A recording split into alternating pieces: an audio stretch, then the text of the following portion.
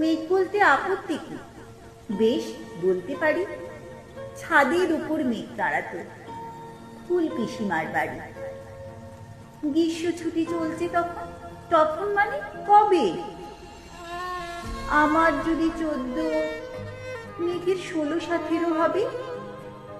ছাদ থেকে হাতছানি দিত, ক্যারাম খেলবি, আয়।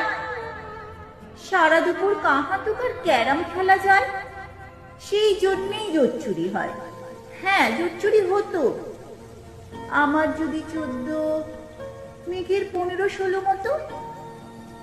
ঘুরিয়ে দিতে জানতো খেলা, শক্ত ঘুঁটি পেলে জায়গা মতো সরিয়ে দিত আঙুল দিয়ে ঠেলে। শুধু আঙুল, বুড়ের উপর লম্বা ফ্রকের ঝুল।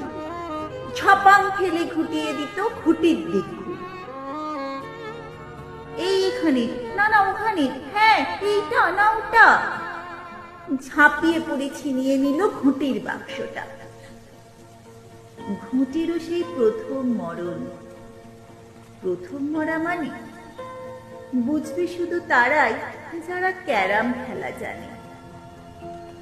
চলেও গেল কদিন পরে।